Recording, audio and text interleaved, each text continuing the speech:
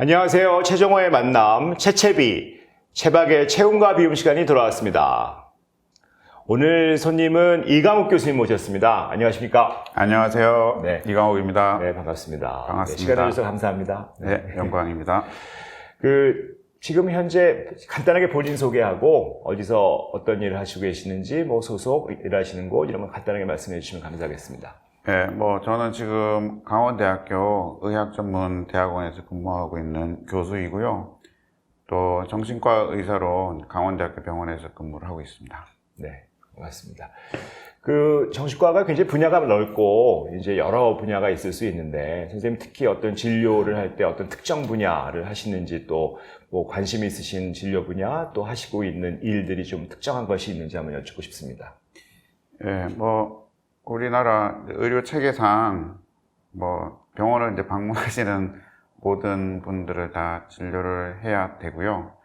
그렇지만 제가 조금 더 좀 중점적으로 진료를 하는 분야는 아무래도 기분장애, 불안장애, 또 스트레스 관련 장애, 또 중독 관련 장애, 그런 좀 정신치료 같은 것들이 좀 더 효과를 볼 수 있는 그런 분야의 진료를 좀 많이 하고 있습니다. 네.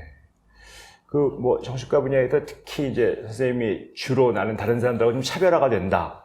좀 다르게 나의 특정한 분야를 가지고 진료를 하고 있다라고 하시면, 또 이런 쪽에 관심이 있다고 하시면 어느 쪽에 더 관심이 있으실까요? 제일 1차적으로는 소위 이제 최근에 나온 제3동향 행동치료 이런 쪽이고요.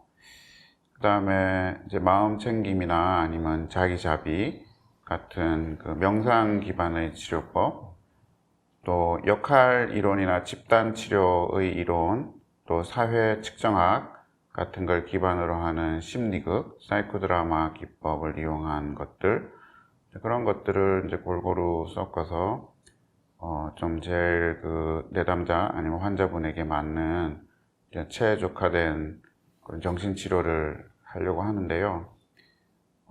또 이제 가장 최근에는 조금 더 신체의 감각, 또 신체의 움직임의 감각, 또 움직이고 싶은 어떤 동기나 욕구, 자발성, 이런 것들을 조금 더 좀 섬세하게 이해하려는 그런 시도들을 하고 있는데요. 그런 것들을 쭉 종합을 해보면 아마 지금 이제 미국의 NCCIH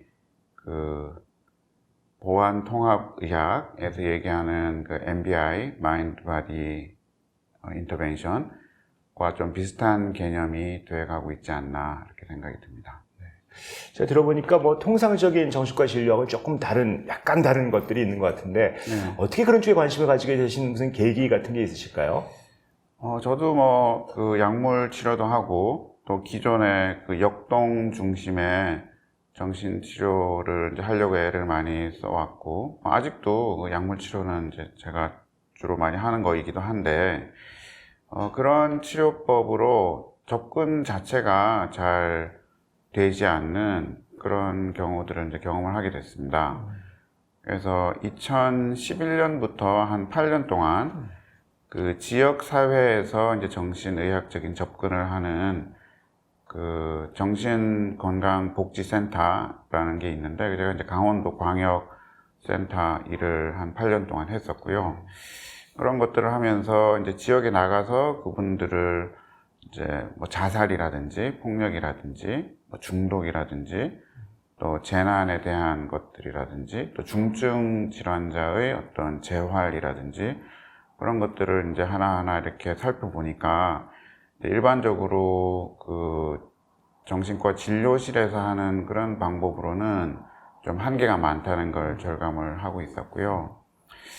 또 하나 계기가 된 것은 이제 세월호 사건이 이제 터졌을 때 제가 유가족을 대상으로 자조 모임을 이제 할 수 있는 기회가 있었는데, 아예 기존의 이제 정신과적인 약물 치료나 아니면 정신치료 그런 개념으로는 접근조차 잘 안 되는 경우들을 많이 경험했기 때문에 조금 더 새롭게 그분들한테 이제 다가갈 수 있는 그런 방법이 필요하겠구나. 이제 그런 걸 연구하다 보니까 이런저런 공부를 하면서 이런 좀 다양한 어떤 기술, 기법, 또 뭐 치료법 이런 것들을 좀 익히게 된 것 같습니다. 아, 네. 뭐 참고로 한 가지 말씀드리면 우리 이강욱 선생님은 그 세월호 유가족의 한 반과 매주 방문하시면서 같이 삶을 나누셨던 그런 경험이 있으십니다. 이게 어떻게 보면 이제 진료실에서 머물지 않고 어떤 사회나 삶으로 직접 뛰어들어갔던 그런 것들이 좀 굉장히 이런 나의 변화를 가져오신 것 같은데요. 근데 그렇게 또 진료에 약간 변화가 있고 그런 쪽에 관심을 주로 갖다 보니까 꽤 상당히 많이 보람이 있으실 것 같아요. 나름대로 이제 그런 쪽에 보람이 있으실 것 같은데, 뭐 그런 일을 하시다 보면 어떤 것이 나의 가장 큰 보람이다라고 생각하실 수 있을 것 같습니까? 이제 환자분 혹은 뭐 내담자분들이 좀 고통에서 회복이 돼서 원래 자신이 원했던 아니면 원하는 그런 삶을 모습을 되찾는 것 자체, 또 그렇게 되면 아무래도 이제 활력도 생기게 되고 그런 모습을 보는 것 자체가 보람이 큰 것 같습니다. 그래서 그분들이 이제 활력을 갖고 자신의 삶을 잘 살아가는 게 그 자체로 기분이 좋고요. 그러면 이제 그분들의 모습을 보고 저도 어떤 치료자로서 좀 활력도 생기고 에너지도 생기고 보람도 생기고, 아, 내가 좀 그래도 최소한의 어떤 가치 있는 인생을 살고 있구나 하는 그런 느낌을 갖게 되는 것 같고요. 또 이제 사람이 다 다르지 않습니까? 그러니까 이제 다양한 그런 사람들이 있는데 그런 사람들을 이제 조금이라도 더 많이 포용을 하려면 이제 제 스스로 제 내면의 깊이가 좀 깊어지기도 해야 되고, 또 다양성을 포용할 수 있는 그런 확장도 이루어져야 되는데, 저는 그냥 제 내면의 변화, 제 내면의 질적, 양적인 변화가 생기고, 뭐 그런 걸 좀 성장이라고 부를 수 있을지는 모르겠는데, 이제 그런 것들이 저는 보람되고, 대단히 제 삶에서 활력을 줍니다.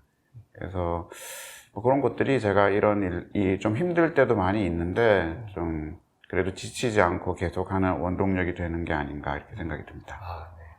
활기, 포용 이런 단어들이 참 마음에 와닿고요. 실제로 선생님이 계속 좀 성장하는 그런 느낌을 사실 좀 많이 갖고 있고, 저도 사실 옆에서 선생님 뵈면서 그런 면을 굉장히 존경하고 성장하고 있는 것들이 너무 보기 좋은 것 같습니다. 감사합니다. 사실은 이게 정말 보통하고 좀 다르게 내가 이렇게 열심히 하다 보면 사실 어려운 일이 많을 것 같습니다. 뭐 쉽지 않고 이런 것들이 쉬운 일들이 아닌데, 이런 일을 하실 때 가장 어려운 점이라고 하면 어떤 것들을 들을 수 있으실까요?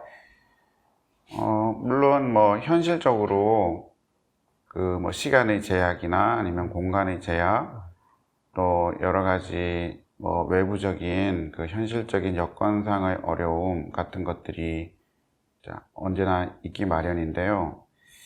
그런 것들은 뭐 될 수 있는 한에서 열심히 노력을 하면 어느 정도는 좋아지는 것 같은데, 정작 어떤 한 사람이 겪는 어려움은 자신의 내적인 방해물인 것 같습니다. 아, 내적인 방해물. 그래서 뭐 이게 진짜 잘 될 수 있을까?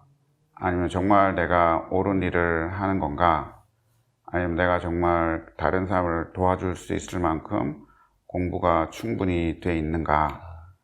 또 그냥 돈 좀 벌고 편안히 쉽게 사는 것도 괜찮을 것 같은데 뭐 이렇게까지 무리해서 하는 게 맞나? 또 뭐 좀 과욕을 부려서 오히려 해를 끼치는 건 아닌가?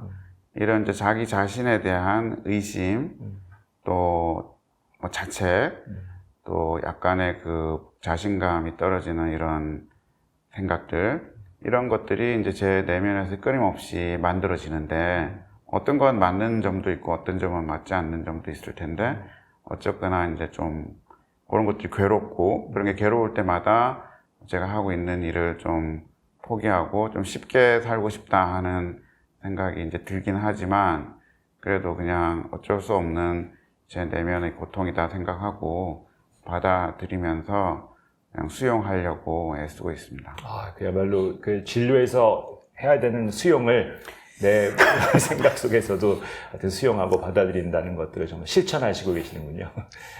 뭐 그게 항상 성공적이지는 않지만 그렇게 하려고 좀 애쓰고 있습니다. 네, 정말 그야말로 말과 행동의 일치 이런 것들이 좀 마음에 와닿습니다. 근데 사실은 이제 이런 것들을 하다 보면 사실 굉장히 올바른 방향이고 정말 가치 있는 일이라고 생각이 되는데 실제로 우리나라 여건이라든지 뭐 어떤 지원, 뭐 정부라든지 뭐 주변 사람들 또 병원의 형태 또 뭐 동료 이런 분들이 좀 이렇게 그런 것들이 좀 어려움이 있지 않습니까? 환경적으로 사실 이런 것들을 제대로 하기에는 좀 어려운 환경들이 있는데 사실 선생님이 생각하실 때 뭐 이런 혹시 뭐 나라든 정부든 뭐 지자체든 병원이든 우리 동료든 어떤 도움을 좀 선생님한테 주셨으면 좋겠다라고 생각하는 것들이 있으실까요? 뭐 여러 분야에서 다 도움이 필요하고 또 그런 도움이 이제 많은 도움이 될 거라 생각을 하는데요. 그렇지만 우리나라에서 제일 시급하게 좀 해결해야 된다, 아니면 좀 해결을 위해서 노력을 해야 된다고 생각하는 점은 이제 뭐 다른 나라도 사실 좀 비슷하긴 합니다만 특히 우리나라에서 그 정신적인 어려움이나 아니면 정신 질환을 갖고 있거나 아니면 뭐 마음의 고통이 있어서 좀 힘들어하는 사람들에 대해서 그 사람이 좀 약하다거나 이상하다거나 그렇게 좀 편견을 이제 많이 갖게 되는 것 같고요. 그래서 혹시 자신이 남으로부터 좀 정신적으로 약하거나 이상한 사람으로 보일까봐 두려워하는 그런 문화가 너무 팽배해 있는 것 같습니다. 그래서 사실 이제 사람이 다 완벽할 수도 없고 완전할 수 없으니까 좀 필요할 때는 도움이 필요하기도 하고 또 그런 걸 기꺼이 받아들여서 자신의 삶을 좀 잘 살려고 그런 시기들이, 격려를 받는 시기들이 필요한데 이런 그 소위 낙인 또 편견으로 인해서 그 사람이 다시 회복될 수 있는 찬스가 좀 원천적으로 이제 차단되면 그 사람은 한두 번 어려움을 겪었을 때 다시 이제 자신의 인생으로 회복될 수 있는 길이 이제 차단되고 점점 궁지로 몰리게 되고, 그럼 그분은 이제 점점 더 그 악순환이 반복되게 되는데, 이제 우리나라 문화가 계속 그런 것들을 반복하다 보면 그렇게 힘들어서 자신의 인생을 제대로 살지 못하는 분들의 비율이 많이 늘어날 거고, 그러면 우리나라 전체의 공동체로서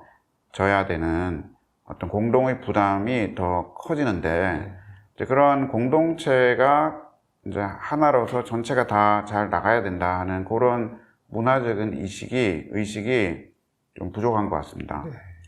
근데 아무리 부자이고 뭐 똑똑하고 능력이 있고 인격이 훌륭하고 영적으로 성숙하고 그렇다 하더라도 그 사람이 속한 공동체가 다 파멸이 된다면 그 개인도 절대로 생존할 수 없는 것인데 그런 점들을 너무 잊고 사는 게 아닌가 그런 생각이 들고, 그래서 뭐 정신적인 어려움, 정신적인 질환 이런 것들을 다 떠나서 이 같이 살고 있는 사람들끼리 서로 옆에 조금 힘든 사람들을 같이 보듬고 같이 가야 한다 하는 그런 의식들을 좀 많이 가질 수 있게 문화적으로 뭐 그런 걸 정부가 할 수 있을지 모르겠습니다. 정부를 움직이는 사람은 정치적인 어떤 뭐 속성을 갖고 있으니까 다 같이 화해를 하게끔 하는데 좀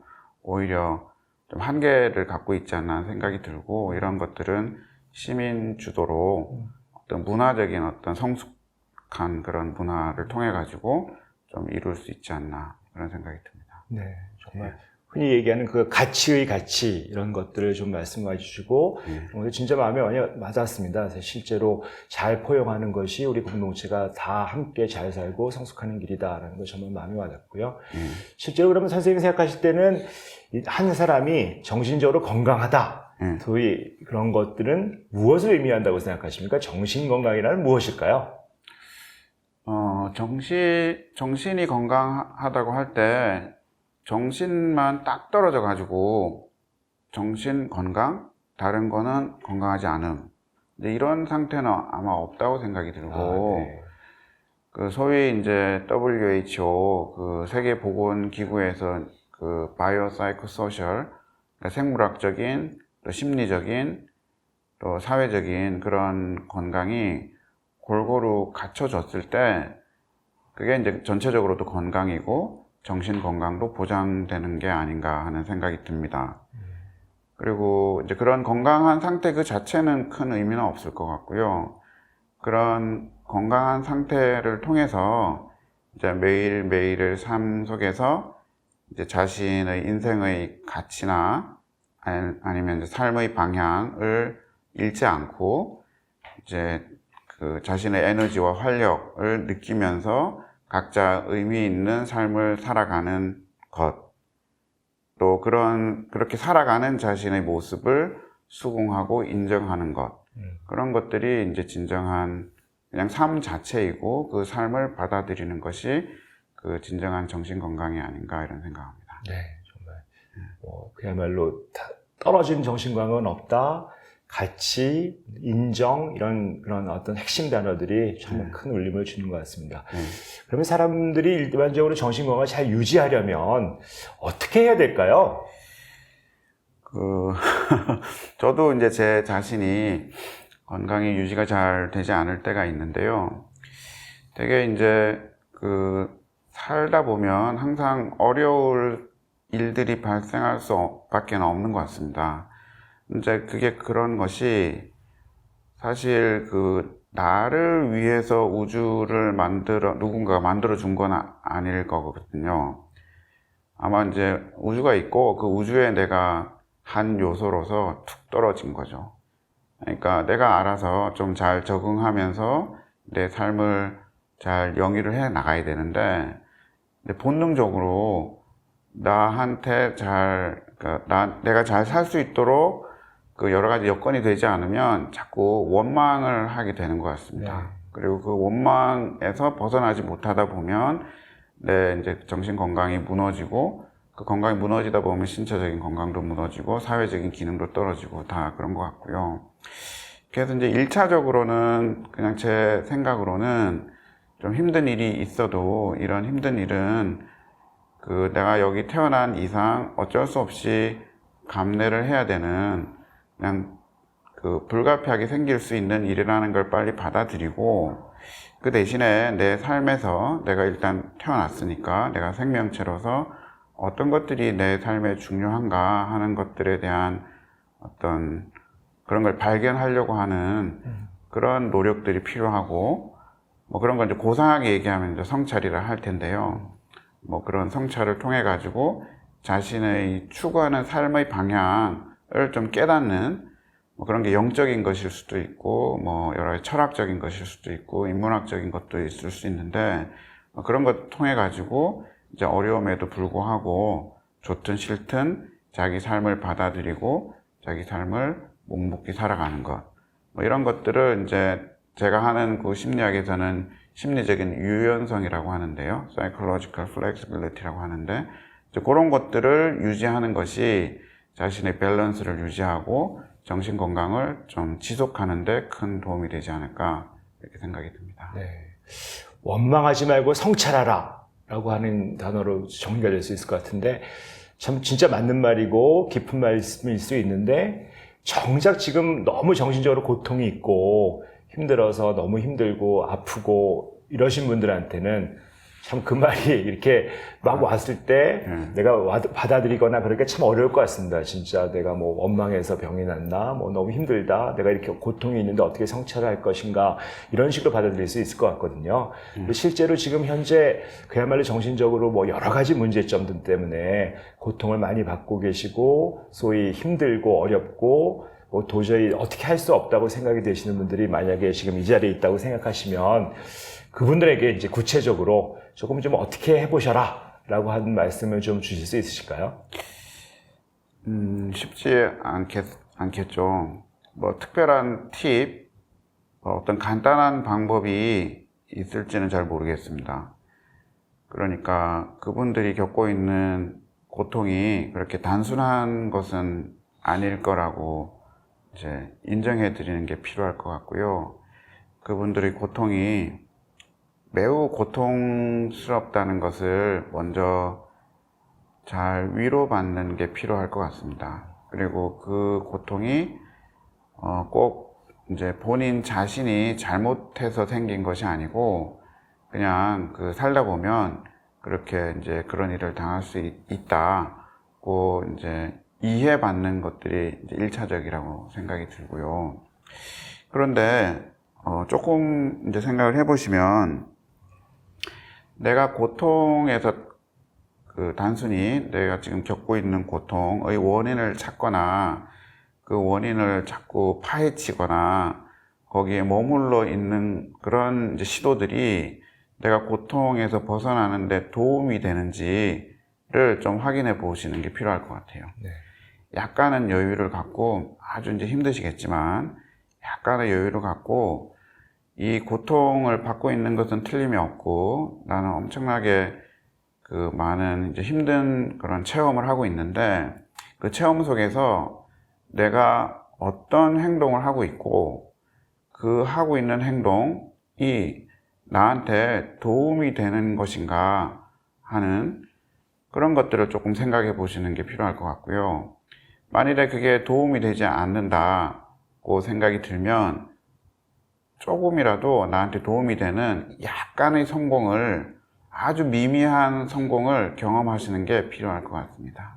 그럼 그게 그 다음번에는 조금 더 큰 성공으로 이어지고 그런 것들이 계속 반복되다 보면 조금씩 그 수렁에서 빠져나올 수 있을 것 같고요. 그런 사례를 구체적으로 한번 예를 들어 주실 수 있을까요? 어떻게 하면 그런 고통에서 작게라도 성공을 거둘 수 있는 방법 이런 것들이 무엇일지. 예를 들면 이제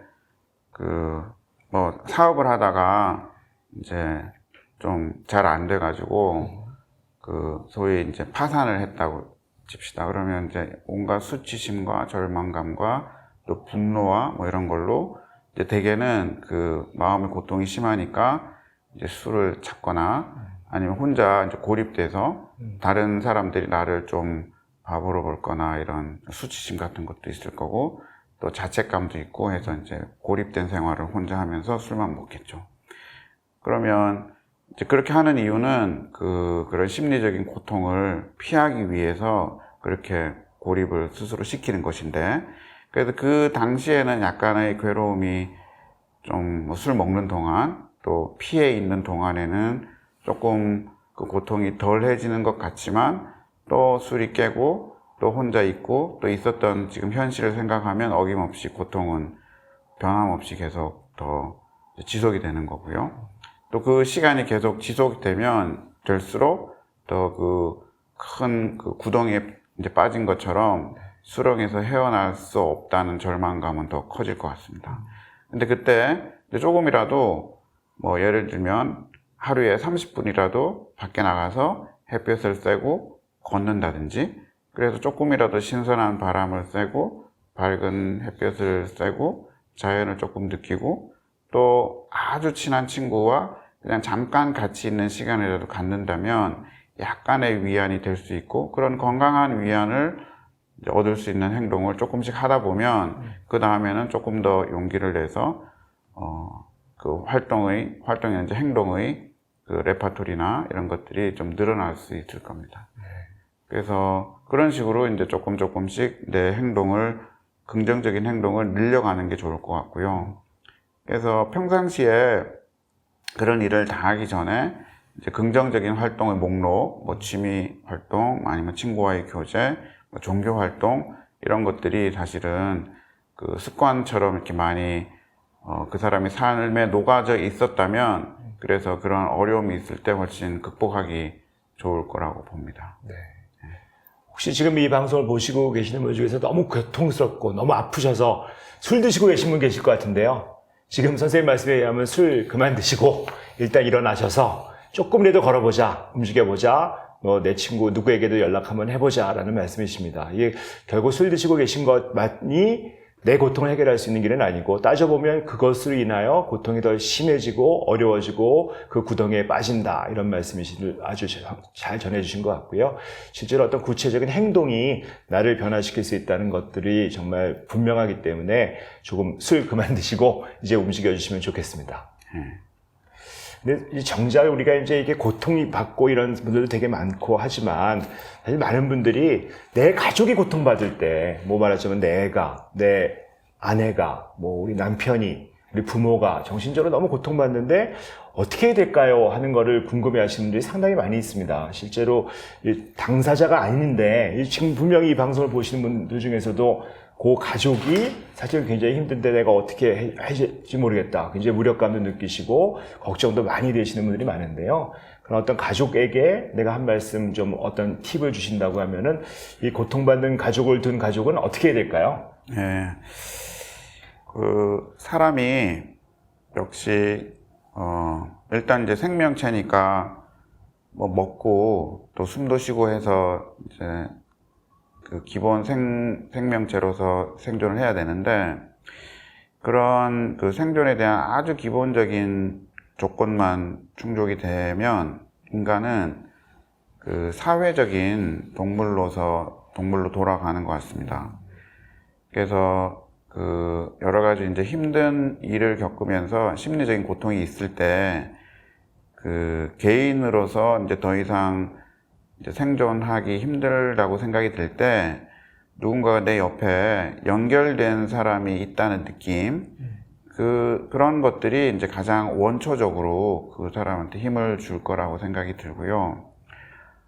그래서 이제 가족이나 친한 친구들이 뭐 물리적으로도 어느 정도 필요하겠지만 심리적으로 항상 내 옆에서 나를 지지해 주고 있구나.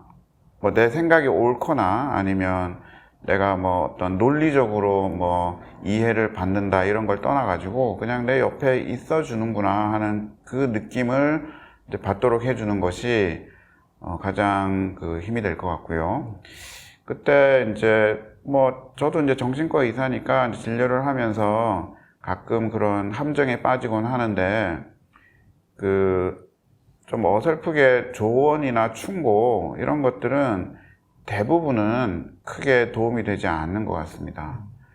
그래서 그냥 옆에 그 항상 그 원할 때 내가 들어주고 옆에 있겠다 하는 이제 그게 첫 번째고요.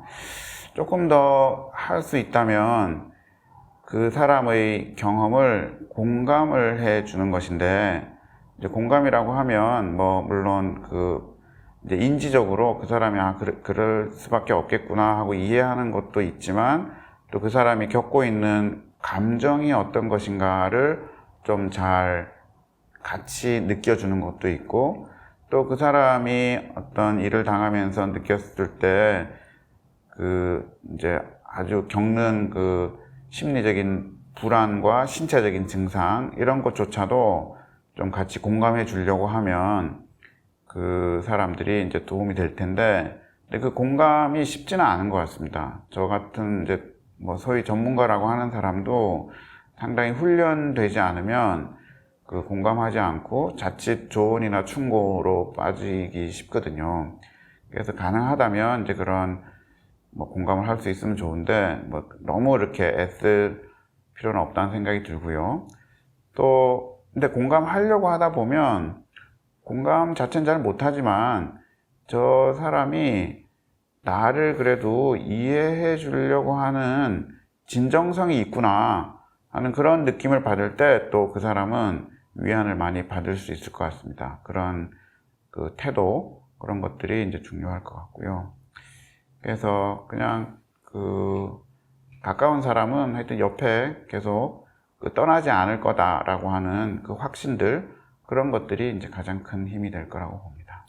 실제로 우리가 임상에서 많이 보면 부모와 상처가 많지 않습니까? 사실 부모 입장에서 보면 공감은커녕 이제 진짜 이해가 안 되죠. 나도 고등학교 때 다 힘들었는데, 대학교 때 다 힘들었는데, 이러면서 이제 우리 아들이 뭐 아무것도 못하고 힘들어 있는 것들을 공감은커녕 그냥 너는 도대체 왜 이러냐. 이럴 거면 뭐 호적에서 팔아, 나가라. 뭐 이런 어떤 태도들이 많이 있고, 특히 이제 당사자 입장에서는 우리 부모가 날 공감해 주는 건커녕 이 세상에서 날 제일 몰라주는 건 우리 부모다. 이런 느낌을 갖는 것들이 굉장히 많거든요. 실제로 보면. 많죠. 사실 우리 부모들 입장에서는 저 부모가 자식을 사랑하지 않아서 그런 게 아닐 텐데 도대체 어떤 방법으로 내가 도저히 이해할 수 없는 자녀를 공감은 쉽지 않다고도 말씀하셨는데 어떻게 해야 될까요? 이런 자녀들을 뒀을 때 우리 부모 입장에서는. 쉽지 않을 것 같은데요. 이제 부모님이 화가 나는 이유는 자식이 자신의 욕구를 충족시켜 주지 않기 때문일 것 같습니다. 그러니까 부모님이 상처를 입은 거죠. 그리고 그 부모님도 이제 그 자식한테 기대하는 바가 나쁜 거는 아닐 텐데 어쨌거나 자기가 원하는 바대로 되지 않았기 때문에 받은 좌절의 상처를 좀 이해를 받고 위로를 받고 또 자신이 그런 상처를 받았다는 사실을 이제 자각하게 되는 게 좀 중요한 거라고 생각이 들고요. 그렇게 되면 이제 부모님도 자신이 갖게 되는 그 분노 또 어떤 서글픔 이런 것들을 이제 좀 여유를 갖고 바라볼 수 있게 되고 그 다음에 그 자녀들이 진정으로 원하는 게 뭘까를 볼 수 있는 약간의 심리적인 공간이 생길 것 같습니다. 아무래도 이제 부모든 자식이든 서로 이제 상호작용을 하는 것인데, 그래도 그 부모가 자식한테 조금 더 잘해줘야 되고, 부모가 조금 더 포용력이 있어야 되지 않나. 왜냐하면 자녀는 성장을 해야 되니까요. 이제 그런 생각이 들고, 조금 부모님이 억울한 생각이 들어도, 그 부모님 스스로가 조금 더 성숙해질 수 있게 노력하는 길이 그래도 좀 더 바람직하지 않나 이런 생각이 듭니다. 네, 그래서 정말 좋은 통찰이신 것 같습니다. 부모가 자식한테 화가 나는 건 내가 가진 욕구가 채워지지 않고 그것이 좌절됐기 때문이다 라는 말씀이시고요. 실제로 그렇게 생각해 보면 그 자녀의 마음은 얼마나 더 아프겠습니까? 사실 나의 욕구도 충족이 안 돼서 이렇게 아픈데 정작 당사자는 얼마나 그 욕구가 좌절이 돼서 걔가 뭐 공부 못하고 싶어서 또 성공하지 않고 싶어서 그런 게 아니고 사실 관계를 잘하고 싶지 않아서 그런 게 아닌데 안 돼서 걔도 좌절을 너무 심하게 당했다라는 것들을 우리 부모님들이 좀 알아주시고 실제로 내 자녀가 아픈 거기 때문에 내가 아픈 것만큼 내 자녀는 더 아프다 이런 말씀을 좀 마음에 좀 새기고 다시 한번 우리 자녀를 위해서 한 발자국만 아까 심리적 공간이란 말씀을 주셨는데요. 조금만 떨어지는 것들이 있으면 우리 자녀들이 좀 회복하는 데 도움이 되지 않을까 그런 생각을 합니다. 실제로 선생님 보시니까 정말 많은 생각도 있으시고 또 이렇게 경험도 있으시고 또 실제 진료도 하시는데요.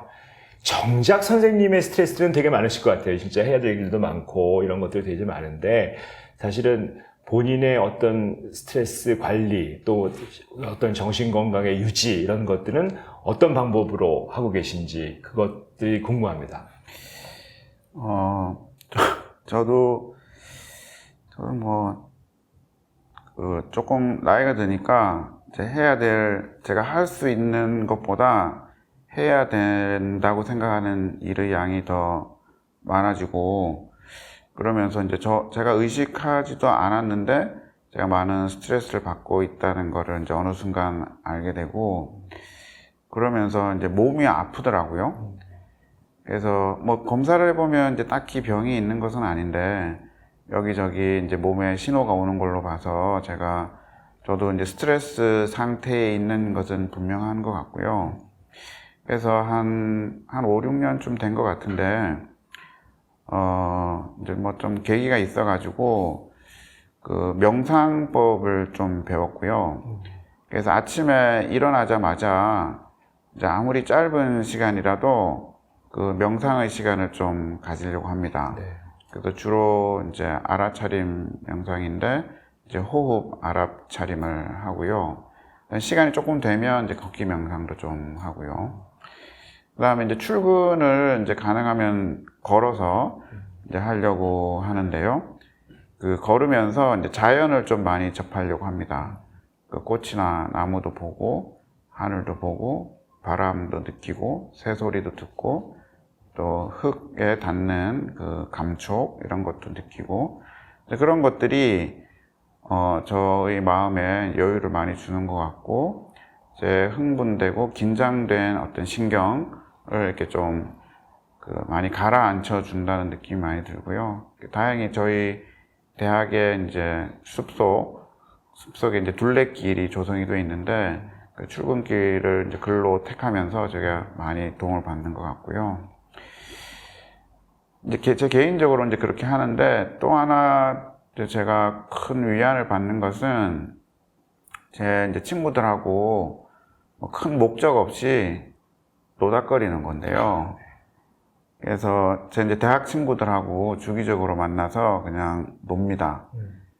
근데 이제 요새는 제 친구 중에 이제 미술 같은 거에 관심을 많이 갖는 친구가 있어서 뭐 이것저것 뭐 저는 문외한이지만 얘기를 해주는데 재밌더라고요. 뭐 예를 들면 뭐 한국과 일본의 절에 있는 건축물을 비교한다든지.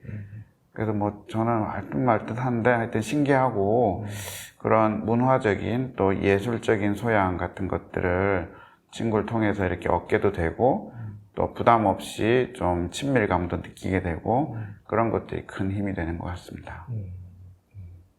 그 실제로 그럼 절 탐방 같은 것도 좀 다니시고 그러셨나요? 예, 그래서 한 달쯤 된 것 같은데 운문사하고 부석사하고를 갔다 왔고요. 네. 또 이번 뭐 여름쯤에 또 어디 국내에 있는 절을 가보자고 하고 또 작년에는 그 교토에 있는 이제 교토의 절에 이제 일본 국보들이 많이 있는데 그런 것들을 오픈하는 시기가 있다 하더라고요. 네. 또 그런 시기에 맞춰가지고 거기 가기도 하고 그런 식으로 좀 친구들과 시간들 보내는 게 아주 보람도 있고 재미도 있고 힘이 됩니다.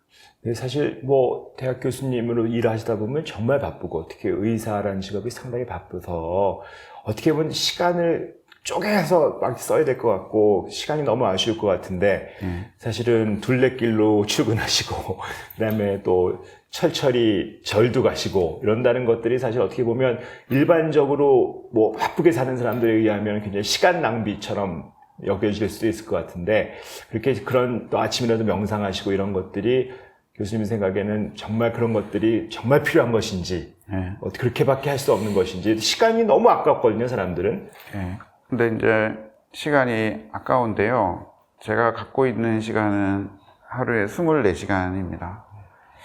근데 제 느낌으로는 한 2000시간이 돼도 부족할 것 같아요.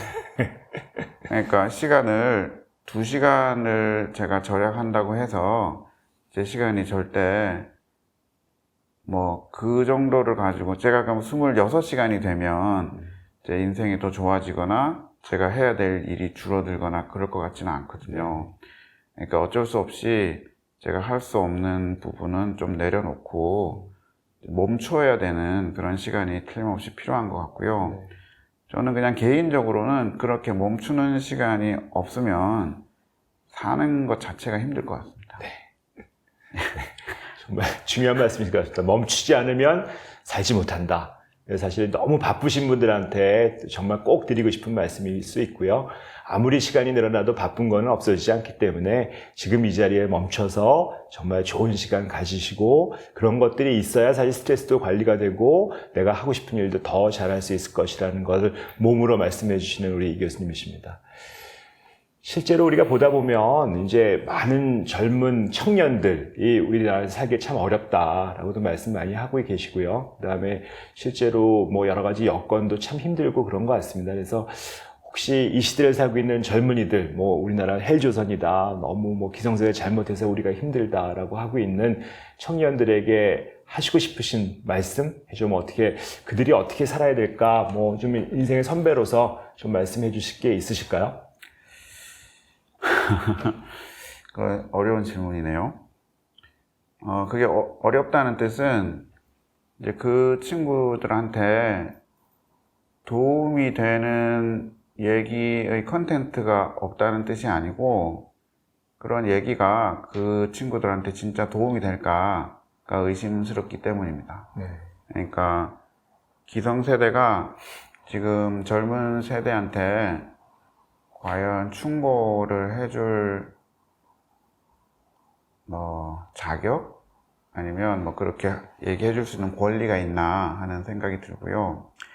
왜냐하면 그런 충고를 하려면 충고를 듣는 사람이 그 충고를 받아들일 수 있는 마음이 생겨야 되는데, 그러려면 충고를 하는 사람이 정말 그 충고를 듣는 사람을 위하는 뭔가가 있어야 될 거라고 보는데, 그런 게 진짜 있는 건지, 아니면 그냥 내가 보기 싫으니까 그냥 내가 생각하는 대로 옳은 대로 네가 하는 게 좋겠어 이렇게 얘기하는 건지를 구분하기가 매우 이제 모호하기 때문이고요. 그래서 섣불리 어떤 이제 기성세대의 가치관을 그 다음 세대에 강요하는 방식이 되면 즉각적으로 반감만 생기고 오히려 이제 역효과가 날 것 같습니다. 근데 이제 그런 거를 체험한 게 이제 제 개인적인 경험을 잠깐 말씀을 드리면, 제가 이제 아들이 둘인데요. 그 중에 한 아들하고 등산을 한번 간 적이 있는데, 예전에 얘네들이 이제 어릴 때는 제가 이제 저는 잔소리를 자주 하는 편은 아닌데 어쩌다가 제 나름대로 그래도 필요하다고 생각되는 얘기들을 해주면 애들이 이제 머리로는 그렇군요 하고 이제 받아들이는데 이제 행동의 변화는 없단 말이죠. 그러니까 마음으로 받아들인 건 아니죠. 네. 그러니까 더 이상 이제 그 얘기는 할 필요가 없구나 이렇게 이제 느꼈고요. 그러다 한번 이제 산에 같이 갈 기회가 있어서 산에 가면서 이제 얘기를 했는데, 사실은 제가 이제 그 아들하고 대화를 한 것은 아니고 그 아들과 아들 마음속에 있는 다른 그 아들 속의 자신과 대화를 하게끔 하고, 저는 이제 예를 들면 그 대담 진행자 같은 그런 역할을 이제 했습니다. 제 아들 이름이 이제 승재인데, 그 산을 오르고 있는 그 당시의 승재와 그 승재가 그 당시에 이제 어떤 교회 친구들하고 겪었던 어떤 어려움을 겪었던 그 당시의 승재 사이에서 이제 서로 대화를 하게끔 좀 해줬거든요. 그래서 이제 자신 마음속에 있는 또 다른 자신을 좀 볼 수 있는 기회를 마련을 한 건데, 그래서 이제 산 오르내리는 한 2시간 동안 이제 저는 계속 사회자 역할만 했고요. 구체적인 내용은 얘기할 때도 있고 안 할 때도 있고 저도 물어보지도 않았습니다. 그리고 자기 내면에서 어떤 일이 일어나고 있는지는 본인만 알겠죠. 근데 그 일이 있고 나서 그 다음에 이제 제 아들이 좀 고민이 있거나 힘들 때 이제 그런 것들을 계속 하는 것 같았어요. 그래서 저도 이제 옛날에 그 교회에서 힘들어하던 승재 걔 잘 있냐라고 이제 물어보기도 하고, 또 다른 학교에서 어떤 갈등이 있는 그런 그 승재는 또 잘 있냐 물어보기도 하고, 그런 정도로만 얘기를 하는 것이고요. 근데 그 이후에 걔가 갑자기 공부를 열심히 하더라고요. 그래서 이게 확실히 뭔가 변화가 있구나 하는 생각이 들었고, 그래서 제가 이제 지금 현재 젊은 이들한테 혹시라도 이제 얘기를 해준다면 무엇을 어떻게 해라 하는 그 내용에 대해서는 해줄 얘기가 없고, 단지 어떤 식으로든 이런저런 시도를 하면서 많은 경험을 하고 그 경험을 통해서 뭔가를 배우고, 그렇게 경험하고 배우는 과정에서 그 과정에 있는 자기 자신과 스스로 좀 대화를 많이 해보면 자신에 대해서 얻거나 깨달음이 많이 생길 것이다. 또 어떻게 보면 재미가 있을 수도 있다. 그런 이제 하나의 뭐 팁이랄까요? 아. 예, 그런 방법을 좀 알려주고 싶습니다. 네. 내 안에 무수한 내가 있고 또 그 나와 한번 대화를 해보는 그런 방법 꽤 괜찮은 방법인 것 같습니다. 정말. 그다음에 참 공감이 되고 마음에 와닿던 말씀은 실제로 그 사람 입장에 대해서 그 사람에게 충분히 어떨지 잘 알지 못한다면 충고하지 마라. 뭐 그런 것들이 오히려 갈등을 부를 수 있다라는 것들이 그거예요. 사실은 우리나라에서 그 요즘 얘기하는 소많은 세대 간 갈등 이런 것들을 풀어낼 수 있는 어떤 해법이 또 그런 것들이 아닐까. 우리가 서로 공감하지 못하는데 그 마음을 충분히 알지 못하는데 그걸 서로 자기 의견이 옳다, 내가 맞다라고 하고 있기 때문에 이런 갈등과 충돌이 일어나지 않는가 하는 그런 말씀을 주신 것 같습니다. 예. 이제 아까 그 부모하고 그 자식이 갈등을 빚을 때도 부모가 자신의 마음을 먼저 보는 게 좋겠다. 자신이 받은 상처를 먼저 보는 게 좋겠다고 했던 것과 사실은 같은 맥락이거든요. 근데 이런 걸 전문 용어로는 이제 관점, perspective taking이라고 하는데, 그러니까 내가 내 마음속에 있는 내 자신의 모습을 보는 연습, 이런 것들이 타인과 어떤 적절한 균형 있는 이제 삶을 이제 살기 위해서 꼭 필요한 소양이 아닌가 하는 생각이 들고, 그런 것들이 이제 어른부터 좀 연습이 많이 되고 또 어린 시절부터 그런 것들이 훈련이 된다면 훨씬 더 부드럽게 다른 사람과 어울려서 살 수 있지 않을까 하는 생각이 듭니다. 네. 정말 이렇게 나를 다양하게 보는 관점의 변화라든지 이런 성찰, 뭐 깊어지는 말씀 많이 하셨는데, 선생님 혹시 젊으셨을 때부터 좀 그러셨어요? 옛날에 내가 만약에 젊어진다면 다시 어떻게 살고 싶다. 뭐 옛날에도 이렇게 사셨는지 또 어떻게 내가 혹시 젊어질 수 있다면 뭐 어떻게 다른 혹시 못한 것들을 좀 다르게 살고 싶다 이런 것들이 있으신가요? 저는 젊었을 때는 되게 좀 고집스럽고 제 중심적으로 많이 살았던 것 같고요. 그리고 아주 대표적으로 남의 의견을 잘 듣지 않고 들으려 하지도 않고 이렇게 이제 소통도 없이 그냥 혼자서 잘 살았던 이런 사람인 것 같은데 아마 다시 젊어져도 또 그렇게 살 것 같습니다. 그 시간이 필요한 것 같고요. 그런 과정을 겪으면서 그렇지만 조금씩 내가 아닌 다른 존재가 있다는 것도 깨닫게 되고 또 내가 속한 뭔가 더 큰 존재가 있다는 것도 알게 되고 그렇게 되는 것 같고, 그게 이런저런 그 자극을 받으면서 이제 그런 과정을 거쳐야 되는 거라는 생각이 들어서 다시 젊어지고 싶지도 않고 너무 힘들 것 같아요. 사는 게 그렇게 쉬운 사람은 없는 것 같습니다. 네. 정말 본인 스스로가 잘 성장해 오신 그런 것 같고요. 그래서 성장해 오셨기 때문에 앞으로도 더 많이 성장하실 것 같은데, 혹시 선생님 지금 현재 입장에서 이제 앞으로 어떤 꿈, 소망, 희망 이런 것들이 있으시다면 어떤 거라고 하실 수 있으실까요? 저도 그냥 평균적인 그 대한민국의 의사이고, 약간은 이제 사회 경제적으로 좀 안정이 돼 있는 그런 평범한 사람인데요. 우리나라 사회 전체로 보면 약간 혜택을 받은 사람이라고 할 수도 있고, 그렇지만 제가 아무리 생각을 해도 조금 더 제가 그 어떤 사회적인 관점에서 의학이나 건강이나 이런 측면에 좀 부족한 점이 많다는 생각이 들고, 그래서 사회와 어울려서 사는 방법들을 좀 더 많이 고민해야 된다는 생각이 들고요.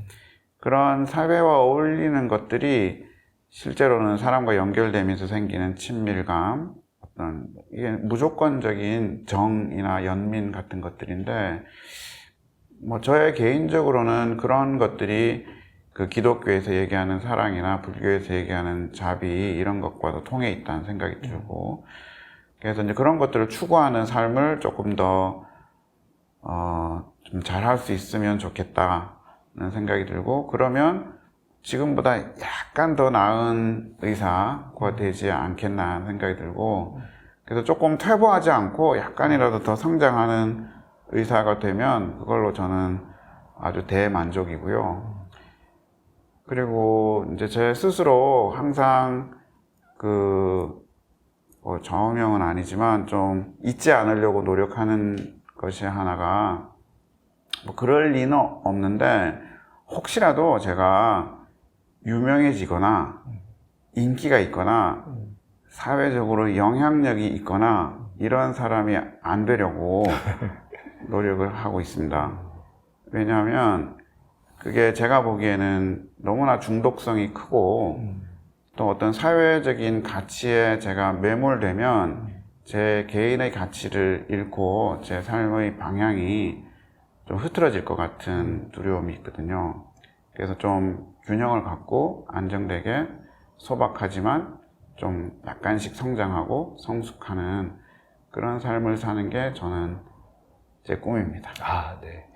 정말 유명해지고 싶고 성공하고 싶고 사회적 영향을 갖고 싶은 수많은 분들이 세상에 존재하고, 사실 그러신 분들에게 이렇게 메시지를 주십니다. 그런 것들이 가장 두려운 일이다. 사실 그렇게 되면 내 내면으로 들어갈 수 없어지고 깊어지거나 성장하기가 어렵다라고 말씀하셨습니다. 참, 근데 사실 또 그러신 분들이 또 유명해지거나 또 성숙해지면서 오히려 더 사회적인 영향을 여기 있게 될 가능성이 되게 높은데, 하여튼 그런 것들을 잘 균형을 맞추시고 그렇게 되시면 정 좋을 것 같습니다. 네. 우리가 이제 꽤 많은 시간 동안 이렇게 여러 가지 말씀을 나눴고요. 사실 저희한테 울림을 주시는 말씀 많이 주셨는데, 혹시 뭐 내가 더 추구하고 싶다든지 더 이런 것들은 좀 중요한 것이다 라고 생각이 되시는 선생님 말씀 좀 있으실까요? 없는 것 같은데요. 네. 충분히 제가 할 수 있는 얘기를 많이 한 것 같고요. 그냥 이건 뭐 뜬금없는 얘기긴 한데,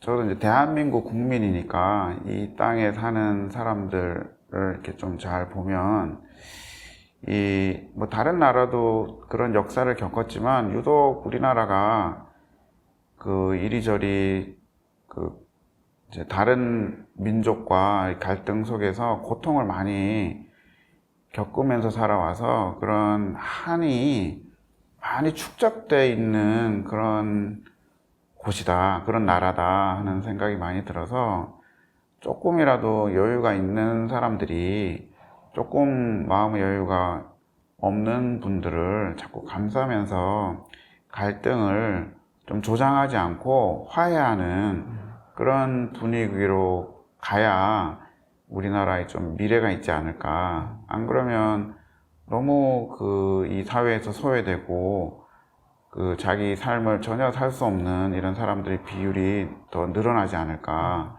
그런 생각이 많이 들어서요. 이런 것들을 좀 우리나라 국민이나 사회 전체가 좀 관심을 갖고, 특히 미디어가 그런 역할들을 좀 선도해 줬으면 좋겠다 하는 바람이 있습니다. 아, 네. 감사합니다.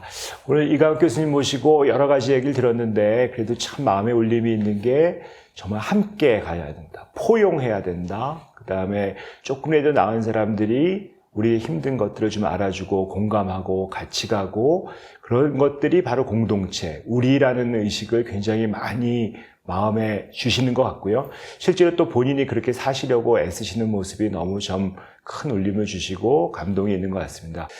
최정호의 만남, 채박의 채움과 비움, 채채비, 오늘 이강욱 교수님 모신 시간이었고요. 긴 시간 함께해 주셔서 정말 진심으로 감사드립니다. 감사합니다. 감사합니다.